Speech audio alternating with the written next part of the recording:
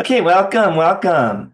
This is the last webinar of the course because we're in week 11 and there's really no reason to do a webinar in week 12 because week 12, the only thing left to do, after this Sunday is the end of the week, the end of the quarter exam, which by the way, it doesn't isn't worth any more than the other exams. So that's just a note. They're all worth the same amount. So next week's a real light week. But this week turns out to be a real light week in terms of content. In fact, this will be one of the shorter webinars, maybe the shortest of the quarter. And let me tell you, the plan today is I'll answer any questions as always. If you have any questions, feel free to ask. And you can pop in the chat box if you want to. And then we'll do something called ANOVA. ANOVA tends to be really, really important in social sciences like psychology, if that's your major, sociology, that kind of thing. ANOVA is used all over the place. And we're only going to do the basics of ANOVA. Remember, the name of this class is elementary statistics, so we can't do advanced anything. So just let you know that just because you think you know what ANOVA is, you might get into your upper division courses and there'll be some new stuff that you haven't seen because we only do the beginnings. So we'll get into the ANOVA. We'll get into the requirements in order to use ANOVA. So what do you need? And then that'll be it. And ANOVA, again, it's not one of the harder topics. That's the good news, especially because I've cut all the hard stuff out. So but what I figure I should probably do is talk about the project 2. So I want to kind of remind you or let you know of kind of what the rest of the course is since there's not much left. So on so in the next couple days, hopefully you'll be able to send me your draft of project 2. You have to send it by 8 a.m. on Thursday if you want me to look at it and give you some helpful advice. And I want to give you helpful advice, but I can't give you helpful advice if you don't give me your project. So please, please, make that happen. And so that's Thursday at 8 a.m. If you don't give it to me by then, I don't look at it. But if you give it today or tomorrow, then I'll look at it almost right away. I mean, I might be teaching or something, but the point is it won't take that long because you'll be first in line. So that's just a note, is that it really helps to send out your project draft to me, and I can, help you out with it. I want to help you. So Thursday in the evening, as always, there is a discussion post assignment, and I will let you know, don't even think about waiting until after Thursday to do it. This is the easiest discussion post assignment of the whole quarter. So make sure you get it done on time because you don't have to do anything hardly. And you'll see that when you open it. So I'll let you open it and see. So that's due Thursday. This Sunday, you'll have the ANOVA chapter 13 assignment. You'll also have the secret word quiz. If you're watching this, then eventually today, in the next, hour or so, hour and a half, whatever, I'll be saying the secret word. So you'll have that. So you'll have the chapter assignment, the secret word quiz. You'll have to submit your project. And I recommend, not waiting till the last minute to do any of this stuff. In fact, I recommend getting the project done by Saturday. So if something goes wrong, you still got the extra day. So that's just good advice for life skills is that don't wait till the last minute on important stuff because if you do that, things could go bad and that could be really scary. So it is important. And then of course the discussion post, if you can do that Saturday, that's kind of smarter too, or at least Sunday morning. If you wait till the last minute, sometimes you'll be rushed and you won't get enough done. You won't get help when you need it if you're stuck on something. Okay. Although this discussion post should be easy, so just do it quick. That's the hint. You can do it Thursday. And then a week from Wednesday is the absolute end of this course. And that's when the last exam, I call it the final exam, but it's really the last exam of the quarter, has to be done by, but you can do it earlier. And that's one reason I don't do a webinar next week, because if you do the exam Sunday, then you're done. Course is over. No reason to have a webinar. So that's just a note. After Wednesday, I turn in the grades, and then if you turn anything in, it's not going to happen. I will also let you know there is no extra credit for this course, so don't even ask. Don't even think about asking for extra credit. That doesn't happen. At this point, just do well on the project and do well on the last exam, and don't be late in the discussion post. And then that'll help you a bit. But there is no extra credit or extra anything. Okay, that doesn't happen. And you also cannot, once the due date has happened, that's it. You can't like submit something after that. So don't even ask. Just let you know. I'm here to help you, but I'm not here to change the rules. That's what I won't do. But I'll answer any questions you have about statistics. So that's just a note. And that's pretty much what we're going to do today. There's not too much. Should be pretty easy. Any questions about anything? You could put it in the chat box if you have a question.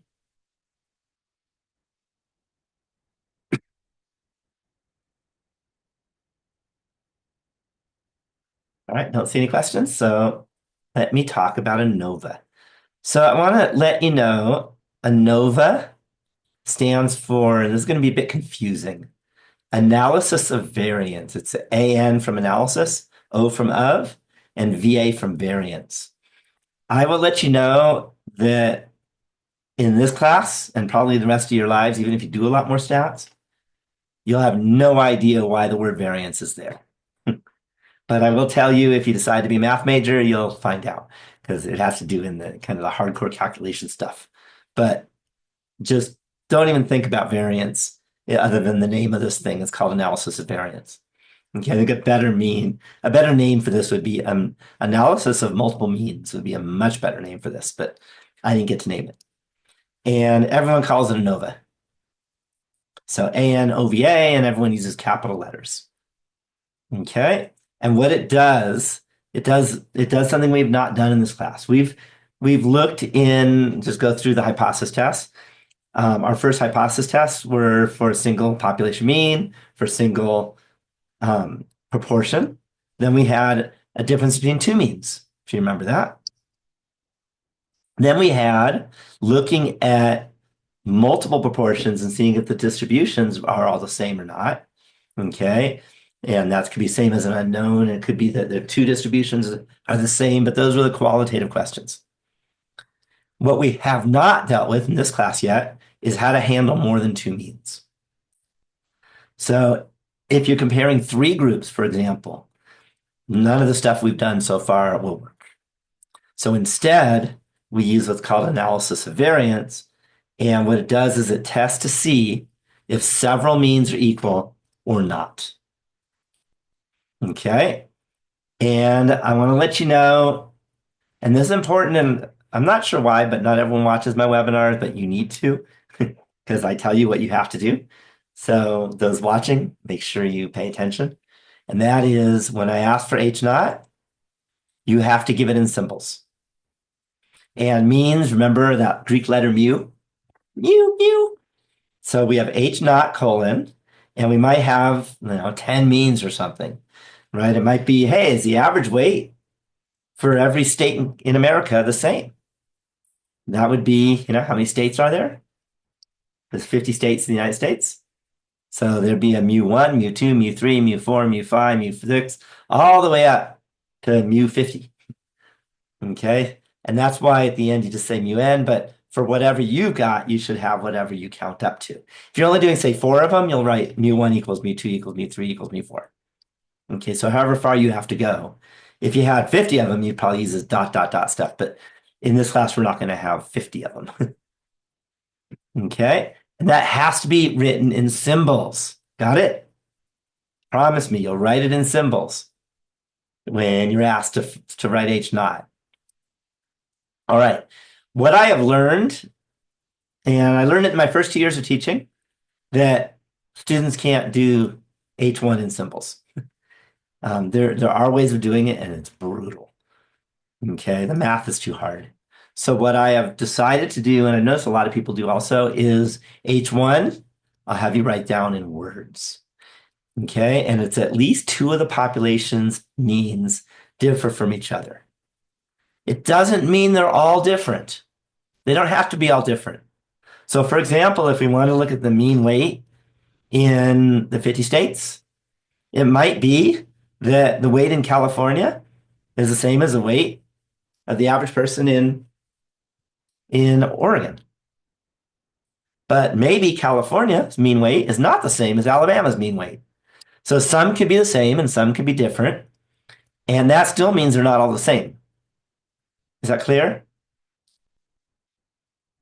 So the way you say that is at least two of the population means differ from each other. Okay, now if you're talking about weight, you'd say at least two of the population mean weights for at least two different states differ from each other. Do you see? So make sure you give the context when you're writing the words. Any questions on H naught and H1 and what ANOVA is all about? Any questions? Okay, if there's no questions, feel free to ask questions. We got to think about the requirements that you need to be able to do ANOVA. So if you think about it, what was the requirement just in our first test when we just wanted to find out, like say, is the mean greater than 5? That was H1. Do you remember what the requirement was? Or the requirements? We had a few requirements. In order to be able to run a hypothesis test, what did you have to have in your study? If you want to find out, if H1 was mu, if H naught was mu equals 5 and H1 was mu is greater than 5, what do you have to have? Do you remember?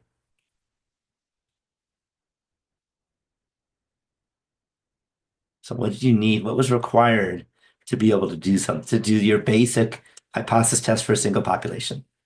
Mean. I know it's been a while, but it wasn't that hard. Don't see you jumping in.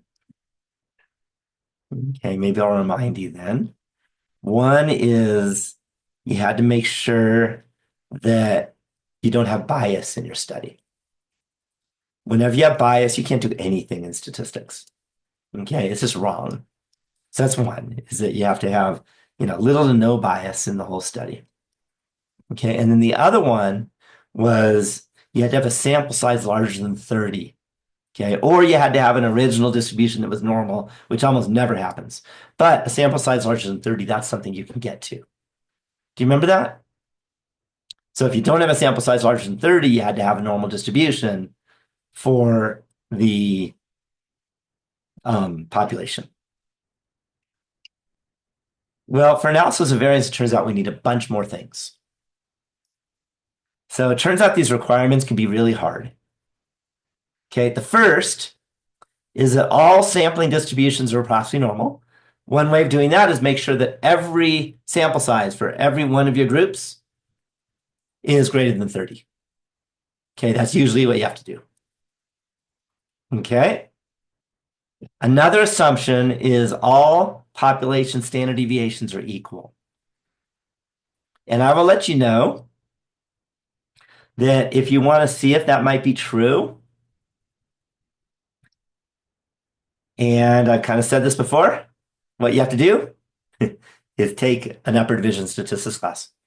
And then you'll learn on methods of looking at standard deviations and seeing if they're equal or not. But we're not doing that in this class. But you should at least know what it means to say the standard deviations are equal. Any questions on that? Okay. The third requirement is the same as we had before, and that is no bias. Okay, you don't have a bias study. If you have a bias study, you can't do anything in statistics. Okay, and then the next is the samples are independent. And that's usually not too big a problem as long as you're looking at a bunch of groups. But it means that you can't say ask maybe 35 people 6 questions and look at the difference between the means for all of those 6 questions. That turns out ANOVA doesn't work for that. And as I just said recently, if you want to do a hypothesis test for that, you need to take a upper division statistics class and you'll learn about different ones. Okay, we can only do so much. So the samples are independent. Okay, so it works real well for different groups, but it doesn't work well for asking, people 6 questions or something and comparing the 6 answers. Okay. And then finally is the samples must be consistently taken. Okay, so let me give you the example of let's say, average weight. See if the average weight of, say, adults in America, the same for every state. Okay, that would be H naught. H1 is at least two of the weights are different. So if you actually had to do that, and let's say you needed to actually weigh people, because if you ask people how much they weigh, a lot of them are going to lie to you, right? Hey, I'm not fat. I weigh this much less. So let's suppose that we actually go in and we put people on a scale. So one thing that you have to do is it'd be way too expensive to go from state to state. So if you had to go from state to state, it would be too expensive. And if it was just you doing it, it could take years, and you usually don't have years to do a study like that. So what you do is you hire people. Maybe you hire somebody from every state to do the sample. Does that make sense? So then you have to make sure that every person you hire does it in the same way. Okay? So the samples were taken in the same way in each of the states. And the way you do this, and I have personal experience. I think I mentioned it a long time ago in one of my first jobs. And that was when I was 11 years old. I actually was one of the people they hired to conduct surveys. I know I was an only 11-year-old kid, but I really did that. I'm not joking. Things were different in those days. Nowadays, I think that company would be bankrupt, probably. They get sued or something. But in those days, it happened. And what we do is we'd have a meeting. And in those days, we didn't have Zoom. We just used a telephone. But we'd have a meeting, and the person in charge would tell us what we're supposed to do. And then we'd all do that so that we'd all do the same thing. That makes sense? Any questions on that? Okay, so again, you have to do it consistently taken. Okay. And if you have all of those requirements met, then you can actually conduct an ANOVA study. So you ready to see an example?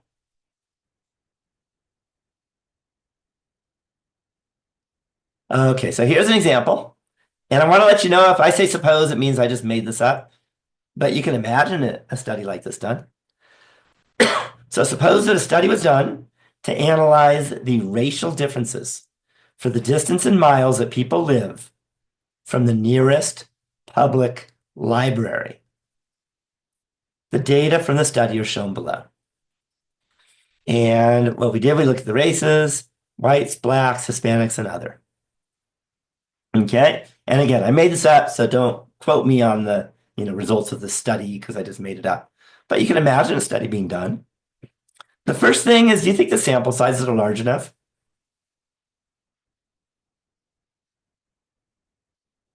What do you think?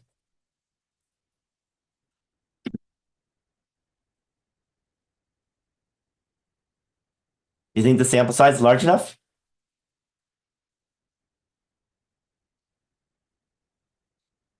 Yeah, not even close to large enough. Okay. I mean, look, they only surveyed 4 people who were black. That's such a tiny sample size. You should never do statistics with this. So this is just for explaining how to kind of do the idea. Because if I did it with large enough sample sizes, it would take forever to type the numbers in. And we're going to have to do that. So I don't want to waste your time.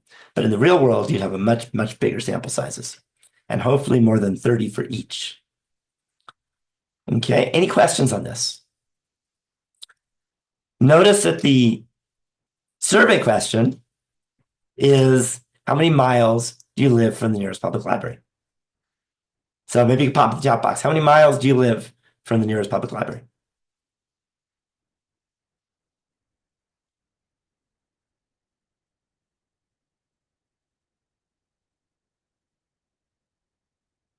So how many miles do you live from the nearest public library? Pop in the chat box. Okay. Yeah, the good thing about living in Tahoe is none of us live far because we have a library in the town so small. I live about 2 miles from the nearest public library, but notice all of you gave numbers. Okay, the answers have to be numbers or you can't conduct ANOVA. If it's qualitative, you got to do this chi-squared stuff. Okay, any questions on that?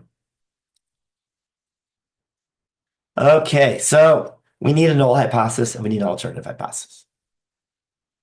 But before that, let's look at the assumptions we need. So if we go through each of these,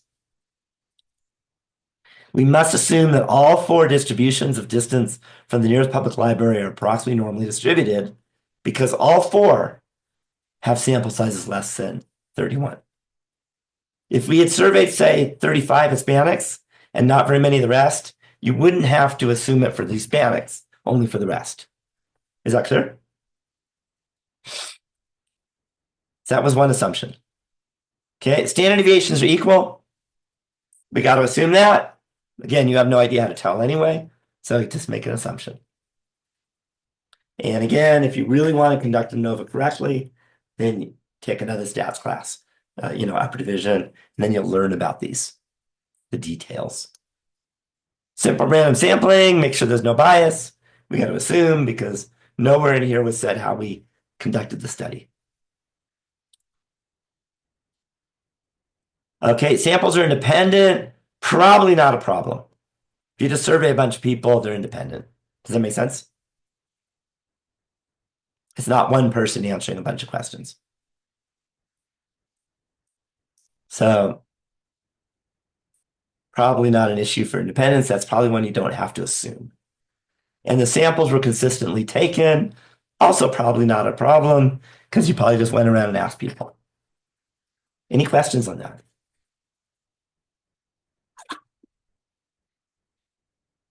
Okay, so those were the assumptions that were needed. Next, show all details of the ANOVA test and state your conclusion in the context of the study. So we start out with the null and alternative hypotheses.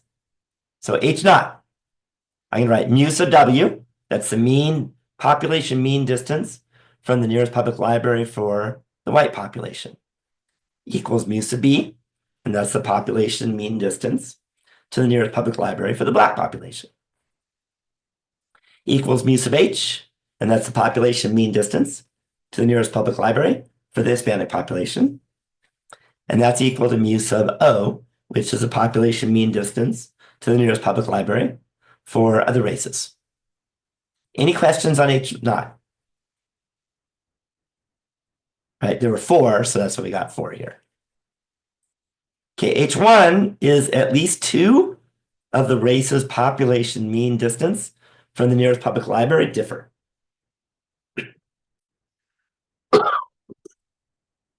Any questions on that?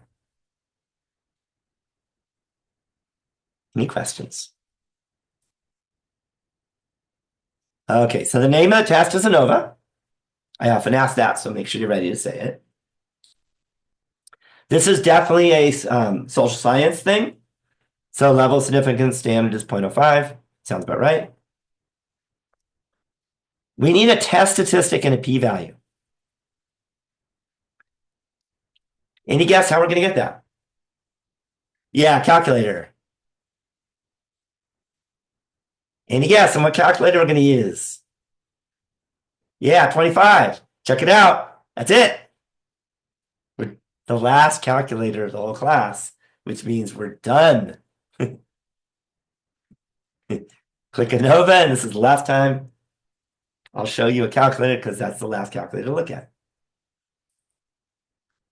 And the way I've written it is data 1, data 2, data 3. I make the calculator so it fits on regular screens. So that's why I put it this way. So now I gotta just put the numbers in. 15, 4, 11. Wonder if this will work. Copy and paste. Yeah. And I can put commas in. 15, comma 4, comma 11. Oops. Comma 9, comma 3, comma 2. And we have 12, 1, 6, 6. Copy and paste.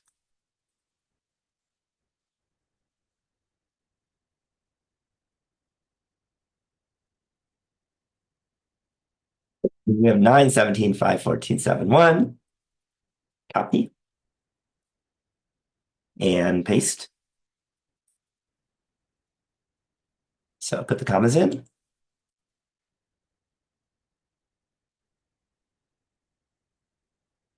And then the final one, 18, 11, 2, 8.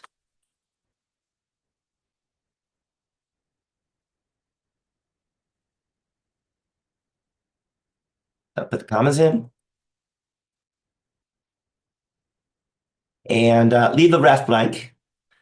By the way, if you have more than 8, this calculator won't work. But there'll be nothing on any exam or problem set in this class where you can have more than 8. So this calculator should work for everything we do in our class. But when you go out and do other stuff, you may not be able to use this calculator. But the calculator for the project would work, actually. And I just said calculate. And just to let you know, this is a new distribution that's called the F distribution. And you can see the shape. Looks like that. We have our test statistic, which is this F.3339 about.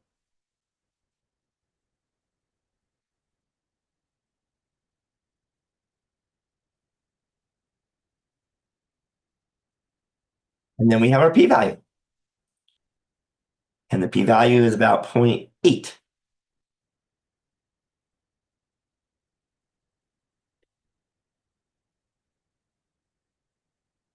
Okay, and notice, I show you the picture so you can see we're not even close to any of the rejection regions. So what's the conclusion going to be? At least the idea of it before we state the whole sentence. If you have a p-value of 0.8, yeah, fail to reject. Nothing changes. That's the good news.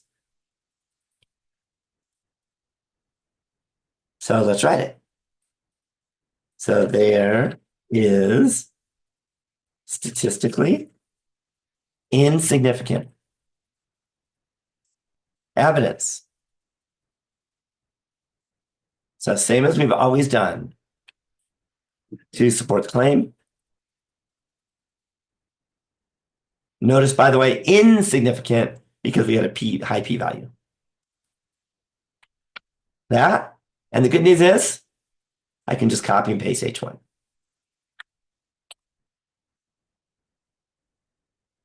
And lowercase a. So there is statistically insignificant evidence to support the claim that at least 2 of the race's population mean distance.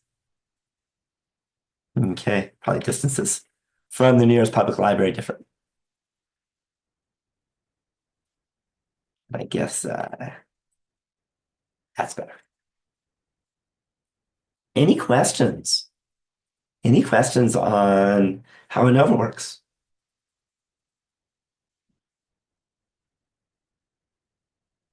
So this is the template that I want you to use when you're stating your conclusion, by the way.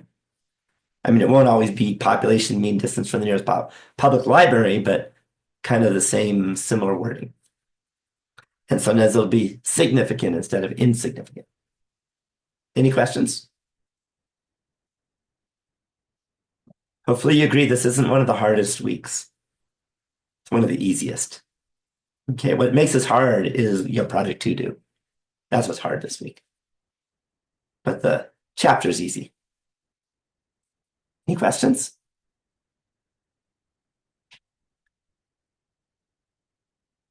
Okay, so I want to show you, sometimes you'll see it written another way, just to get you ready for kind of how you might read it in papers. And the other way sometimes you'll see it is there is statistically insignificant evidence to make a conclusion that, and then it would say race is a factor. in the distance from the nearest public library. Sometimes you'll see it written that way with the word factor. Those are the kind of the two main ways of seeing it. Any questions on that? All right. So I'm only going to do one example today because that's it. It's not like we have a bunch of different types of studies. You're not going to, do much other than what I just showed you. So what we've got next is a secret word. And the secret word for the end of the quarter is thank you. So I want to thank you for coming, especially for you that are actually here, but for those who at least watch it. So thank you very much. And thank you for having a good attitude. So thank you is a secret word. So now we're going to talk a little bit about just project 2 again. Just some things that I find a lot of people make mistakes on. So don't make mistakes. Okay. So watch these before you even turn in your draft. Make sure you don't make mistakes. So one of them is state whether you're referring the population mean difference or the sample mean difference, whenever that is what you're referring to. Don't use word average. Okay. And always either refer to the population or sample. Okay, that's going to be important. And that'll be all over your project. Like every paragraph will have it, often more than once. Does that make sense? Okay, another one that a lot of people have trouble with is don't confuse the level of confidence with the level of significance. Okay, and in particular, you shouldn't even have that stuff in the same paragraph. Okay, other than maybe the introduction and conclusion. But basically you can have like a page or two on confidence level and confidence interval and level, and then you'll have another different few pages, multiple pages on hypothesis testing. Don't mix them together. Does that make sense? When you're looking at deciding your confidence level, you should look at the 95, 90, 95, and 99%. And it's very easy to change the numbers in the spreadsheet and see them. State the pros and cons of each, and then discuss which pros and cons, relevant wise, will send you to 90, 95, or 99? Okay, which is better for your client? Does that make sense? Any questions on that? Okay, so this was a list of things where people make mistakes on. So I figured I'd go through them. Okay, then another one is if instead of a 95% confidence interval, you wanted a 99% interval with the same margin of error, how large a sample size would you need? Okay, or the same standard error. Same margin of error, sorry. Same margin of error. Okay, how large a sample size would you need? That's going to involve a little math, nothing too hard, but use the formula. Any questions on that?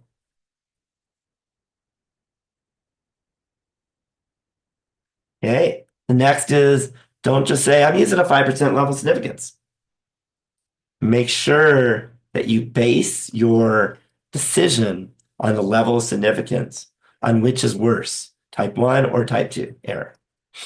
Go into lots of detail, multiple sentences, like a full paragraph just on that. Any questions on that? And again, we've talked about it, but it was weeks ago when we talked about it. Okay, for the confidence interval interpretation, state the decision the client will make based just on the lower bound, not the whole interval, the lower bound. After seeing that lower bound, what decision will the client make? Then, in a different possible paragraph or at least sentence, state the decision the client will make based on the upper bound. So those should be separate because they're different numbers. Very different than a hypothesis test because confidence intervals give you two different numbers. It's not a yes or no thing. Any questions on that? Okay, so those are kind of the main mistakes people make, and I'm trying to let you know now not to make them. Sound fair? Any questions about the project?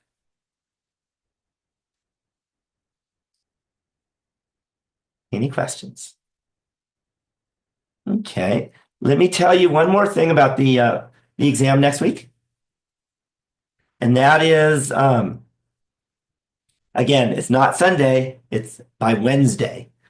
Okay, it's by a week from so it's a week from Wednesday. If you're watching this at a different time, it might be this coming Wednesday, depending on what day you're watching this. But if you're watching this live, then you have to do it within 8 days of today. You could do it tomorrow if you wanted, but I recommend finishing the ANOVA stuff first. And it's very much like the rest of the exams. There'll be a big chunk of it that is review from all the chapters 1 to 12. And then there'll be a chunk at the end on chapter 13. And that'll be what the final exam will be. And just like all the rest of them, the problems are fully randomized. Okay. So, even if someone told you what they did, you're not going to get the same questions. So that won't help. So they're randomized. Make sure the last couple questions, I don't remember, it might be one question, it might be two questions, will be about ANOVA because that is the final thing. And that's the written part. Make sure you follow the template that we did in the webinar today so that you get that all done. Any questions? Any questions? Okay, I did promise that this would be a shorter webinar because we're at the bottom, there's nothing left to do other than make sure that you work hard for, the next week or so, get this done and do your best. And I'm here to help out. Hector's here to help out also. And so are other tutors. So you definitely can, get assistance. Okay, but there's no extra credit. You can't do that, but at least you can do chapter 13 well, and you can do the project well, and your last exam. So if there aren't any questions, we'll call it the end of the webinars. This is the very last webinar, the very last bit of the webinar, because there's nothing more to mention. And I do want to let you know I will probably do the final grade like on Thursday of next week.